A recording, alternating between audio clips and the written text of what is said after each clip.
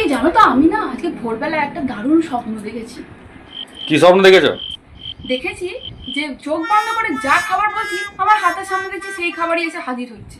ও বাহ, তাহলে খুব ভালো জিনিস তো। দেখো একবার ট্রাই করে কি আসে, দেখো তোমার হাতে। একবার দেখবো সবাই হ্যাঁ, বলে যে দেখো, ভোরের দেখো। স্বপ্ন খুব সত্যি হয় বলে। দেখো। তারপরে দেখবো দেখো, চেষ্টা করে দেখো। কি বলা যায়? পিৎজা। সত্যি করে পিৎজা চলে এসেছে গো। হিমা তাই তো, বাহ। আরেকবার ট্রাই করে দেখি কি বলা যায় এরপরে। কুরকুরে।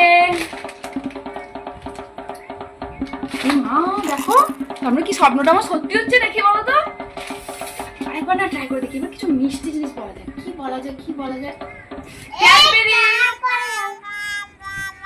ইমা সত্যি করে দেখো, ইমা আমি যা বলছি তাই হয়ে যাচ্ছে। দেখো কি বাহ, চমৎকার। দারুণ জিনিস তো। কিন্তু একটু ছোট এলো ক্যাডবেরিটা জানো তো।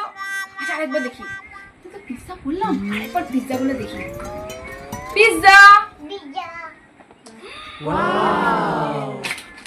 ইমা সত্যি করে কি মজার ব্যাপার তাই না?